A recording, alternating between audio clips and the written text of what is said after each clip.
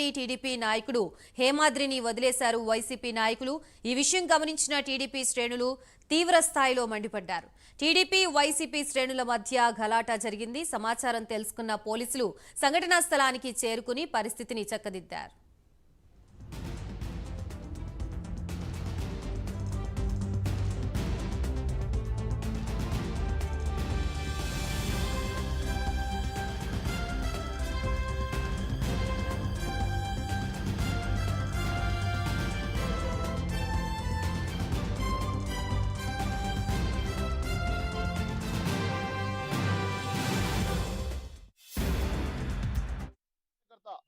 Telugu Desam party కార్యకర్త హేమాద్రి పుంగనూరు పట్టణం ఉబేదొల్ల compound లో సంత గేటుకు వెళ్లడం జరిగింది.